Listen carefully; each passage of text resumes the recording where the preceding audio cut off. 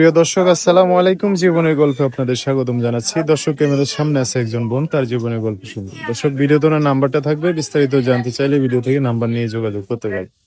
আসসালামু আলাইকুম। ওয়ালাইকুম সালাম। কেমন আছেন? আল্লাহ রাখছে কোনোরকম ভালো। কোন রকম ভালো আছেন? নাম কি? স্বপ্ন। স্বপ্না। পরিবারে কে কে আছে? পরিবারে মা আছে আর আর ছোট একটা ভাই আছে। মা আর ছোট ভাই আছে, বাবা নাই?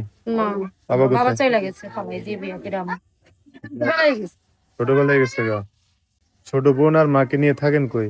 ছোট বোনের মাকে নিয়ে থাকি ভাই কোন এসে জায়গায়? পুরান বাড়ি। পুরান বাড়ি। ওখানে ঘর বাড়ি আছে? হ্যাঁ, ওখানে জায়গা আছে। ঘর নাই? না, ঘর নাই। আচ্ছা, ঘর করেন না? না, এখানে চাচাদের বাড়ি থাকতাম, এখন বাবা তো চলে গেছে ফালাই দিয়ে আমুরে। আচ্ছা পরে আচ্ছা। ওই জায়গা আছে, ওই জায়গা আমাদের দেয় না তারা। বিয়ে শাদী করেন নাই? খুব কষ্টে আছি।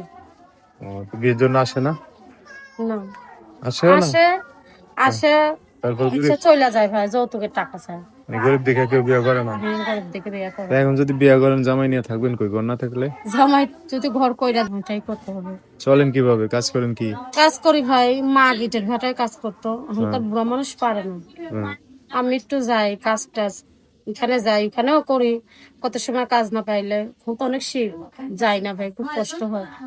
কোন কাজ এখন মানুষের একটু বাসা বাড়িতে সেলাই মেশিনের কাজ করি, তার সেলাই মেশিন তা দিয়ে কি সংসার চলে এটা ভালোভাবে? দিয়ে হয় না ভাই, খুব কষ্ট করি।